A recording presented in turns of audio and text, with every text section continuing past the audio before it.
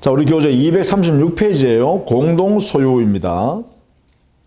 이 공동소유란 것은 하나의 물건을 여러 사람이 그 소유권을 같이 나누어 가지는 걸 말해요. 나누어 가지든 또는 함께 자주전 갖는 것을 말하죠. 자, 공동소유.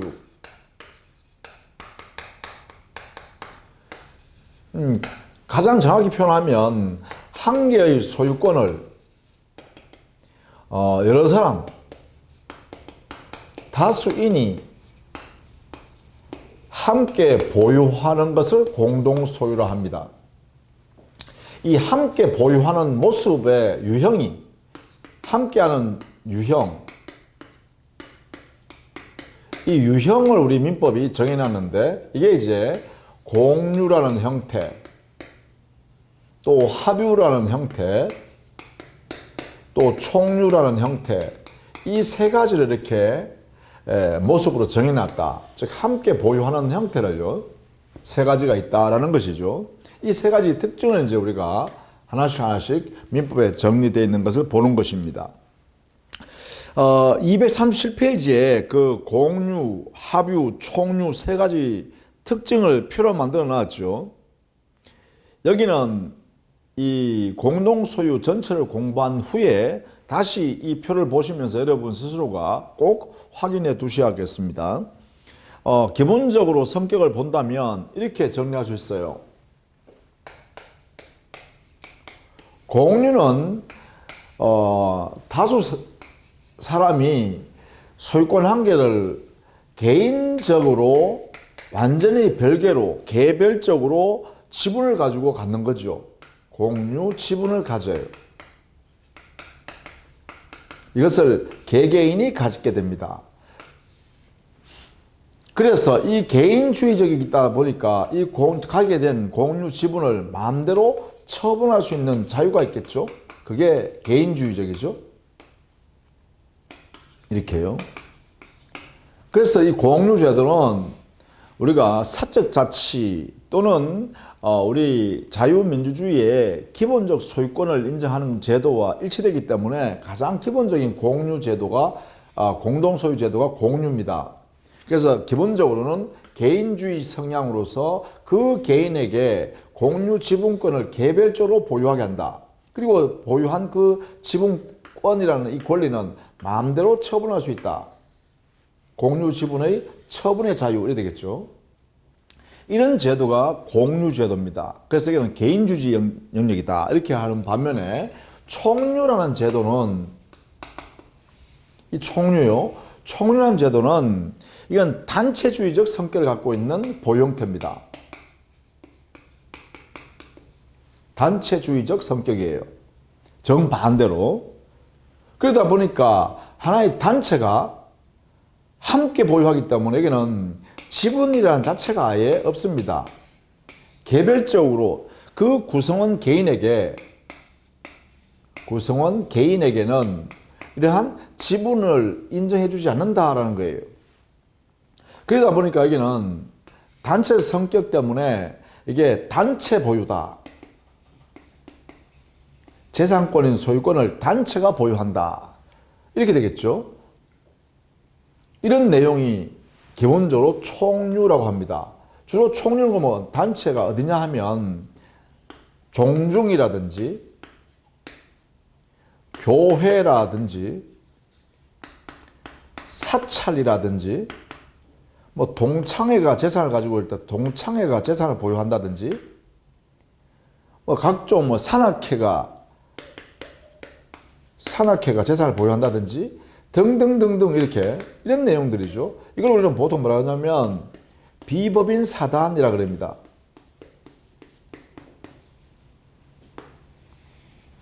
이걸 우리는 보통 비법인 사단.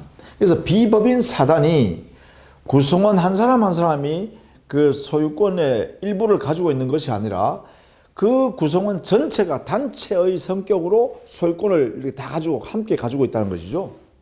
그러다 보니까 여기는 개인이 가질 수 있는 지분권이라는 게 존재할 수 없다. 가장 기본적으로 대비되는 모습이죠. 공유와 총유. 이렇게요. 그런데 합유라는 제도가 하나 더 있죠. 이 합유라는 제도는 이 개인주의적인 성격과 단체주의적인 성격이 함께 존재하는 모습이에요. 이게 이 두 가지 성격을 모두 가지고 있다라는 것이에요. 그래서 여기는 중간 영역입니다. 중간쯤 된다. 개인주의적인 성격이 있다는 면에서 합유 지분이 있죠. 즉 합유 지분권이 존재합니다. 그런데 이 합유 지분권은 마음대로 처분할 수 없습니다. 이거는 처분을 제한받고 있죠. 이런 면에서는 단체주의적인 성격을 갖습니다. 이건 주로 어디서 발생하냐라고 하면 이것은 조합이 만들어졌을 때 이 조합의 재산의 보유 형태가 바로 합유라고 하게 됩니다. 합유. 이렇게. 그러다 보니까 조합원 개개인은 지분권은 가지고 있으나 조합원 개인은 지분권은 가지고 있으나 그 처분은 자유롭지 못하다. 이래 되겠죠. 그런 면에서 지분권을 가지고 있다는 면에서는 개인주의적이지만 처분을 마음대로 할 수 없고 조합원 전원의 동의를 받아서 처분해야 된다는 면에서는 단체주의적인 성격을 함께 보유한다. 그래서 여기는 합유는 조합의 재산을 보유하는 형태로서 중간적인 성격을 갖는다. 이렇게 해석할 수 있겠죠. 자, 이렇게 공유, 합유, 총유 이 세 가지의 차이점을 성격상 차이점을 좀 알아두시면 좋겠다. 그 중에 가장 기본적인 공동 소유 형태는 공유가 됩니다. 이 공유는 하나의 소유권을 양적으로 분할하여 따라서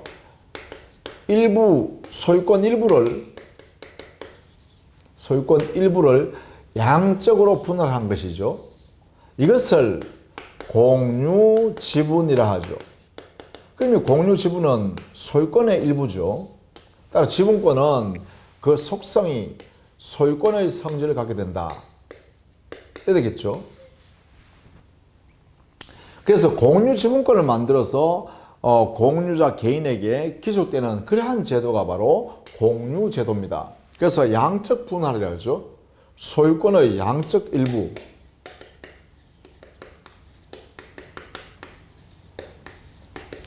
이게 지분이라 합니다. 자, 그러면 이러한 공유관계는 어떻게 만들어지냐 하면 당사자끼리 약정을 통해서 만들 수도 있고 법률의 규정에 의해서도 만들어질 수가 있습니다. 여기에서 공유관계가 성립할 수 있다. 그렇죠? 약정에 의한 공유 그리고 법률 규정에 의한 공유. 그래서 238페이지 가면 공유관계의 성립 이런 제하에 법률행위에 의한 성립과 법률 규정에 의한 성립 이렇게 나눠 놨죠. 그 법률행위가 바로 약정에 의한 행위, 약정에 의한 성립이고요. 법률 규정에 의해서도 우리 민법상 또는 특별법상으로 존재한다. 그죠? 예를 들면 우리 앞 시간에서요. 이렇게 했죠. 동상 간에 부합이 되었을 때 그 동상 간에 주종을 구별할 수 없을 때는 공유로 한다. 이렇게 규정을 했잖아요. 그래서 법 규정에 의해서 공유가 성립한다. 이렇게 볼 수 있겠죠. 자, 이럴 때 공유 지분은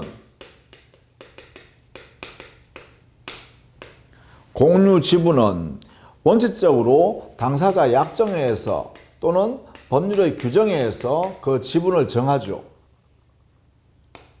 공유 지분의 결정은 당연히 약정에 의한 결정 또는 법률 규정에 의한 결정이 되겠죠.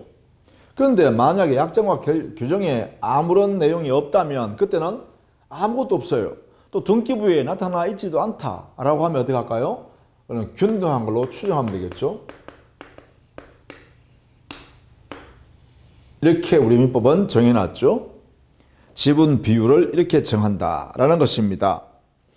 그리고 공유 지분권 자체는 이 성격은 개인주의적 권리이기 때문에 상속이 가능하죠. 상속이 가능합니다. 즉 공유 지분권을 갖고 있던 사람이 사망하면 그 상속인에게 상속됩니다. 다만 만약에 공유 지분을 갖고 있는 사람이 상속인 없이 사망했다든가 또는 스스로 공유 지분권을 포기해버리면 그때는 공유 지분권은 다른 공유자에게 지분 비율로 귀속하는 것이죠. 이렇게 우리는 정해놨습니다. 이런 내용을 보통 우리는 지분의 탄력성이라고 그래요.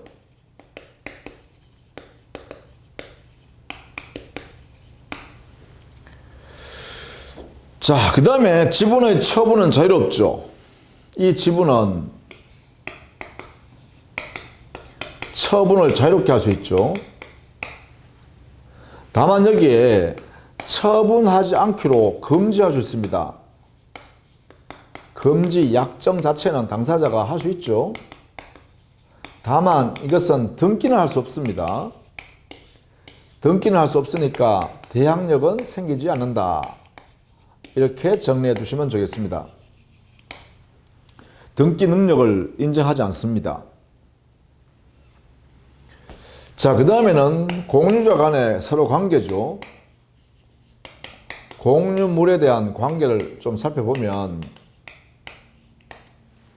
기본적으로 공유물은 보존행위는 공유자 각자가 단독으로 할 수 있죠. 각자 단독으로 할 수 있습니다. 그러면 관리행위는 어떻게 하냐? 보통 관리행위란 것은 예컨대 임대하는 행위가 여기 들어갑니다. 임대 결정하는 거예요. 이 임대 결정하는 것이 관리행위에 해당되는데 이 관리행위는 지분의 과반수로 정한다.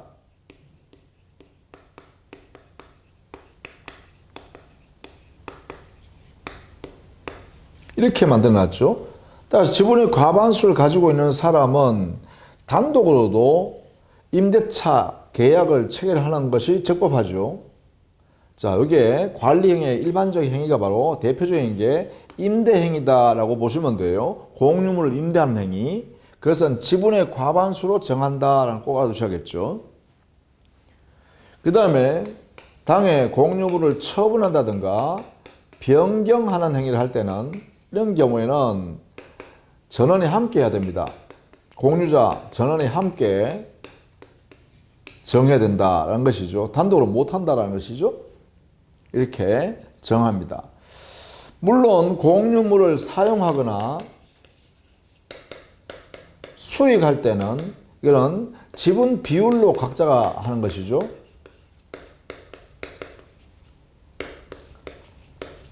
각자가 하는 거다. 이렇게 정했죠. 그 다음에 비용 부담이 발생했다면 비용 부담, 공유물에 들어가는 비용을 부담을 어떻게 하느냐? 당연히 지분 비율로 각자가 부담해야 되죠. 각자가 부담해야 된다. 근데 만약에 이 지분 비율을 어느 공유자가 1년 이상 연체를 한다. 이 지분 비율로 분담해야 되는데 부담 부분을 1년 이상 지체한다라고 하면 이때는 다른 공유자들이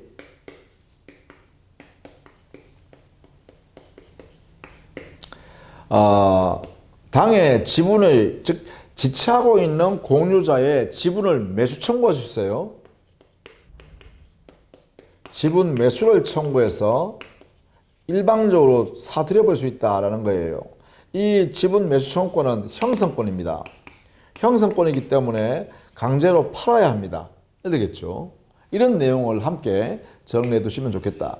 즉 공유물의 관리에 관해서는 보존, 관리, 처분 변경 이 행위에 각각 이렇게 이런 기준을 가지고 정한다라는 것이죠. 자, 이렇게 공유물에 관한 당사 사이의 관계를 239페이지에서 240페이지까지에 걸쳐서 설명해 두었습니다. 이 부분을 꼭 정리해 두시고 여기에 나오는 그 한 페이지 정도는 여러분이 꼭 이 기준들을 정해 두시고 암기해 두셔야 돼요. 시험에 낼 때는 이걸 가지고 시험을 많이 낸다라는 것이죠. 자, 그 다음에 공유물의 공유 주장이죠. 공유자가. 즉, 공유 주장하는 방법이죠. 즉, 공유물을 누군가가 침해했다라고 하면, 자, 이게 첫 번째, 지분권을 가지고 행사할 때는 지분에 의한 권리 행사. 지분권을 가지고 행사하는 것이죠. 그러니까 지분권을 가지고 행사한다. 침해하지 마라 이렇게 하는 거죠. 이때는 공유자 각자가 단독으로 행사할 수가 있다. 이런 이야기죠.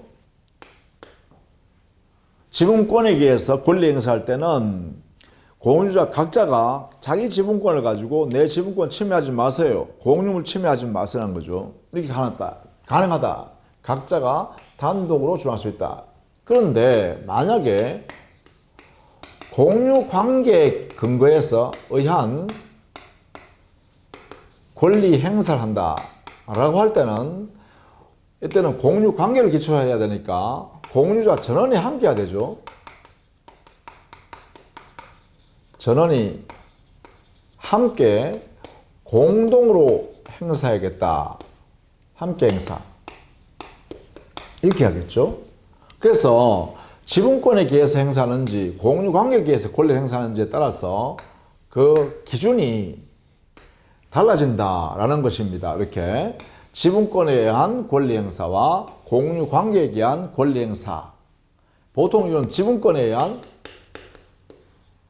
지분에 의한 물권의 청구권을 행사하는 거죠. 이런 경우에는 각자 단독으로 행사해도 된다라는 것이죠. 이에 반해서 공유관계를 기초로 해서 권리 행사한다. 공유관계에 대한 기한, 관계 기한 또는 관계에 의한 청구권을 행사할 때는 이때는 전원이 함께 행사에 나가야 된다라는 것입니다. 이 내용의 기준을 잘 봐두시기 바랍니다. 지분권을 가지고 행사하는지 공유 관계를 기초로 해서 행사하는지에 따라서 각각 표현이 달라진다라는 것입니다. 이 부분을 꼭 알아두셔야 됩니다. 자, 그 다음에 공유 관계에서 이제 공유자가 공유를 끝내고 싶으면 여섯 번째, 공유물을 분할을 청구할 수 있죠. 공유물 분할을 청구한 그것은 첫 번째, 공유자는 언제든지 각자가 분할 청구를 할 수 있죠. 분할 청구권 자유원칙입니다. 이때 분할 청구권은 형성권이기 때문에 형성권 여기에 분할에 응하여야 되죠. 응할 의무가 다른 공유자에게 발생합니다. 이렇게. 다만 이 분할 청구권은 법률의 규정이나 또는 당사자 약정에 의해서 분할 일정 기간 동안 분할 금지가 가능하죠. 자, 이때 약정에 의한 분할을 금지할 때는 5년 범위 내를 가지고 해야 되죠. 5년 범위 내에 약정을 통해서 분할 금지를 약정할 수 있다 이 말이죠. 이 약정에 의한 분할 금지는 등기를 할 수 있고 등기를 하게 되면 제3자한테 대항력이 인정됩니다. 그리고 이 5년 범위 내에 또 갱신할 수도 있죠. 기간이 만료됐을 때 5년 범위 내에 한해서는 또 갱신도 가능합니다. 이렇게. 자, 분할 청구를 하게 되면 이때는 분할에 응해야 되잖아요. 그때 분할을 응하게 되면 첫 번째 분할의 단계는 협의상 분할로 들어가야 됩니다. 자, 분할 청구하게 되면 그 청구 효과가 뭐냐? 바로 이런 이야기죠. 분할의 협의해야 할 의무가 있다. 이런 이야기입니다. 협의상 분할이라고 그래요. 이게 이제 1차적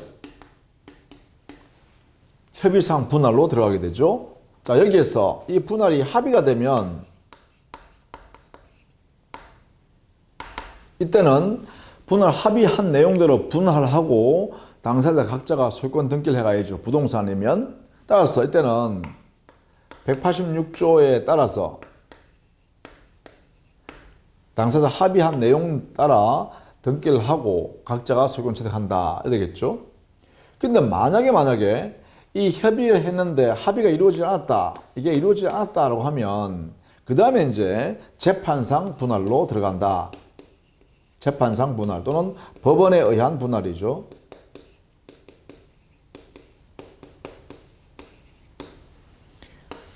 자, 협의가 이루어지지 않았을 때입니다. 곧 합의가 이루어지지 않았을 때죠. 당사자가 분할에 대한 합의가 이루어지지 않을 때는 결국 마지막에는 분쟁이 생기니까 그때는 법원에다가 판사에게 분할 청구를 하는 것이죠. 이때 이 분할 청구 소송을 제기하는 것이니까 판사가 알아서 이 소유권 관계를, 귀속 관계를 정해달라는 것이기 때문에 판사에게 형성시켜 달라고 소송을 제기하는 것이기 때문에 형성의 소송을 제기해야 됩니다. 따라서 분할 청구 소송은 형성의 소의 성격 같습니다. 따라서 이 형성의 소송은 공유자 전원이 원고, 피고 어디엔가는 들어와 있어야 되기 때문에 필요적 공동소송이죠.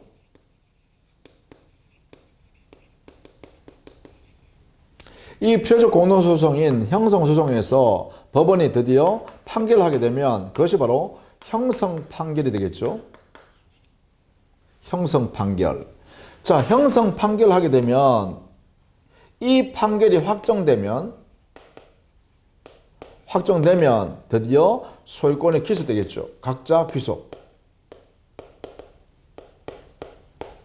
따라서 판결이 확정될 때 소유권을 취득하게 되기 때문에 여기는 별도로 등기를 요하지 않는 187조가 적용된다. 이렇게 되겠죠. 자, 형성의 소송에 의하여 당의 판결이 확정되는 순간에 소유권은 귀속된다. 이렇게 해석하는 것이죠. 이게 재판상 분할입니다. 이거는 2차적으로 하는 것이죠. 즉 1차적으로 협의상 분할이 안 될 때 재판상 분할을 하게 된다라는 것이고요. 이때 분할하는 과정에서는요. 이렇게 협의상 분할이든 재판상 분할이든 분할에서는 그 원칙이 현물 분할이 원칙입니다.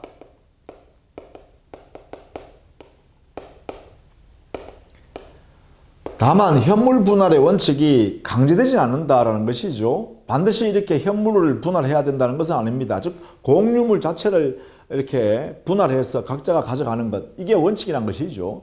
다만 이것이 원칙인 것이지 반드시 강제적으로 이렇게 해야 된다는 것은 아니다. 그래서 이거 외에도 예컨대 대금 분할도 할 수 있고 가액 배상, 그걸 우리는 가격 배상이라죠. 가격 배상 분할, 이것도 가능합니다. 분할 방법은 다양하게 사용할 수 있다는 것이죠. 다만 원칙이 이제 현물 분할이다. 이런 정도로만 정리하시면 되겠죠. 자, 이렇게 분할을 하게 되면 그 효과는 세 번째, 분할의 효과.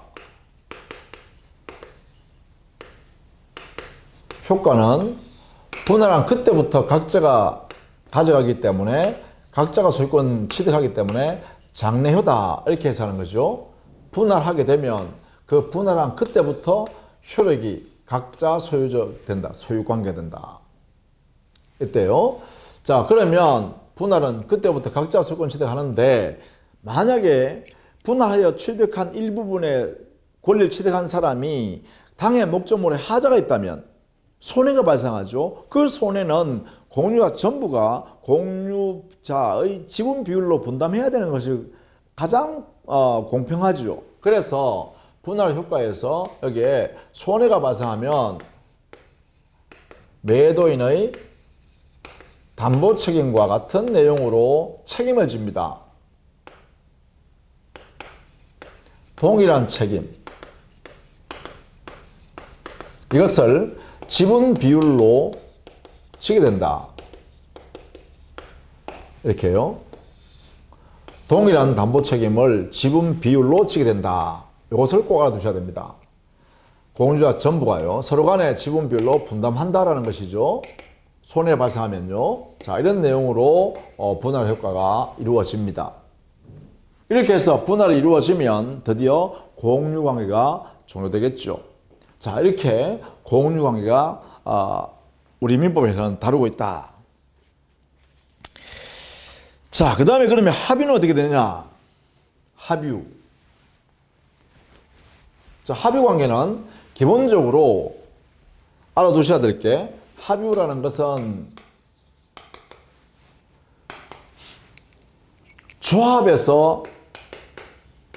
재산을 보유한 형태다.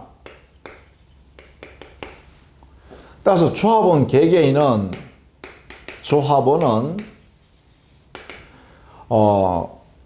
개인주의적인 성격을 함께 보유하기 때문에 합유 지분을 갖는다. 이것을 보유한다. 따라서 합유 지분은 합유물 전부에 대해서 지배를 갖고 있고 그 지분 비율 내에서 각각 갖는다는 것이죠. 다만 이 합유 지분의 처분은 제한받습니다. 이 제한은 뭐냐? 조합원 전원의 동의에서 해야죠. 전원의 동의하에서만 가능하다. 이런 뜻이죠. 이런 면에서 합유 지분은 처분이 자유롭지 못하다라는 게 특징입니다. 이렇게. 그 다음에 합유 관계는 당연히 조합 관계를 만들어내는 거니까, 조합 관계는 당사자 계약에 의해서 만드는 것이 원칙이지만 법률 규정에 의해서도 조합 관계가 만들어질 수도 있다. 여기에 의해서 성립하게 되겠죠. 조합 관계는, 즉 합유는 계약이나 규정에 의해서 성립한다. 그리고 지분은 역시 계약에서 또는 규정에서 지분을 정하겠죠. 정해진다. 되겠죠. 그러면 이 합유 관계에서는요, 합유 지분은 처분이 제한된다 했죠. 그리고 합유물의 보존 행위는 지분을 갖고 있는 조합원 각자가 할 수 있죠. 각자 단독으로 할 수 있습니다. 각자 단독으로. 그리고 처분 변경 행위는 전원이 함께 해야 되죠. 이런 면에서는 공유관계에서 보존 행위나 공유관계의 처분 변경 행위의 기준과 똑같습니다. 이렇게요. 그러나 지분 처분은, 공유 지분 처분은 자유롭지만 합유 지분의 처분에서는 제한이 있다는 걸 꼭 알아두셔야 되겠죠. 전원의 동의가 없으면 안 된다. 이렇게요. 그러면 합유 관계 종료는 어떻게 되는가? 종료는요, 조합이 해산하거나, 조합 해산, 아니면 합유물을 양도가 있으면 조합관계가 종료되죠. 자, 여기서 합유물 분할 청구권은 원칙적으로 합유자 개인에게 인정되지 않습니다. 합유물 분할 청구권은 허용되지 않는다. 이렇게 정리해 두셔야 돼요.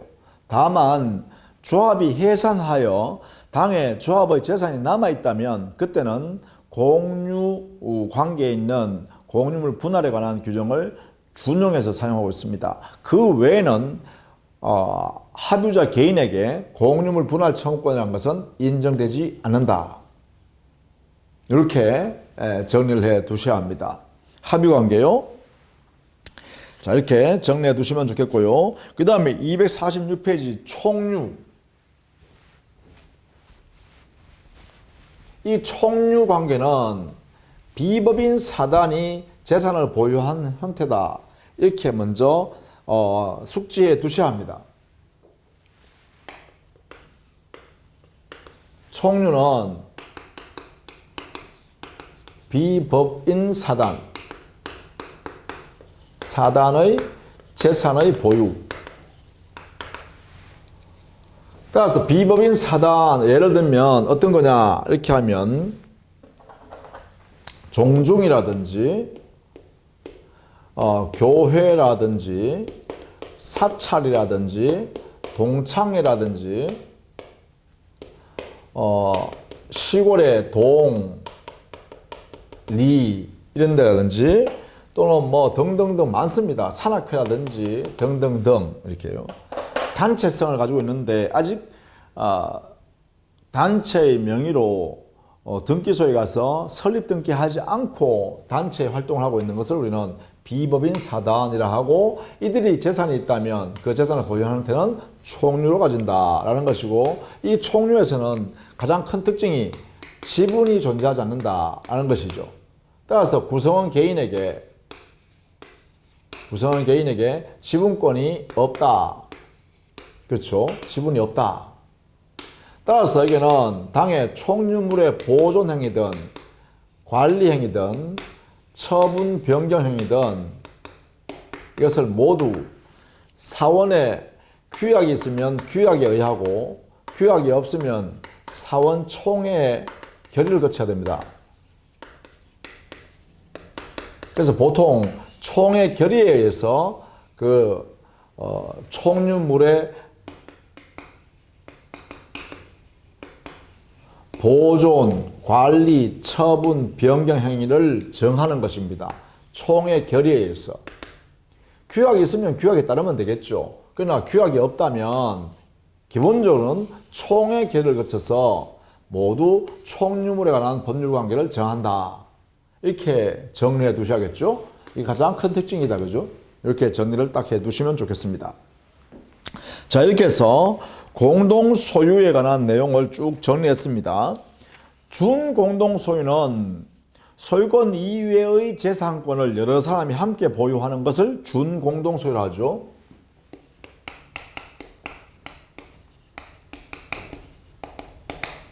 소유권 이외의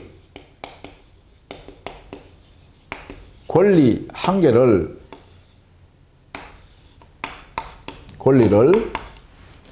여러 사람이 보유하는 형태를 말합니다. 여러 사람, 수인이 보유하는 것.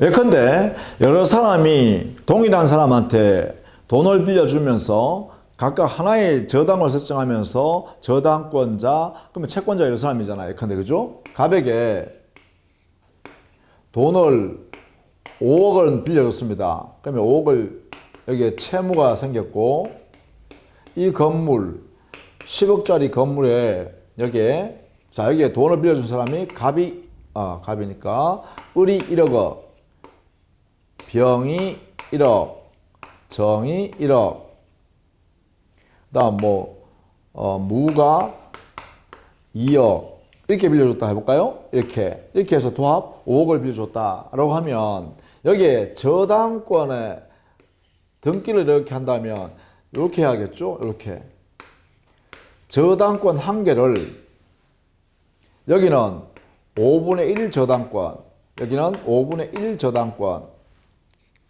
여기는 5분의 1 저당권, 여기는 5분의 2 저당권을 각각 지분비율로 이렇게 가지고 있다라고 등기를 해야겠죠. 저당권 등기를 이렇게 하겠죠. 공유관계로 보죠. 저당권의 공유, 이걸 우리는 뭐라 하냐? 저당권 한 개의 공유관계다. 이렇게 되겠죠. 이게 바로 준 공유에 해당되는 것이다. 이렇게 해석한 거예요. 이렇게. 자, 이것을 우리는 준 공동 소유의 한 모습이다. 이렇게 예를 들 수 있겠죠? 자, 이런 식으로 준 공동 소유라는 개념도 여러분이 어떤 의미로 사용하는지만 여러분이 이해할 수 있으면 되겠다라는 것입니다. 자, 다음 시간에는 제한 물권으로 들어가는데 용의 물권부터 시작합니다. 지상권, 지역권, 전세권 이렇게 순차적으로 공부하도록 하겠습니다. 자, 수고했습니다.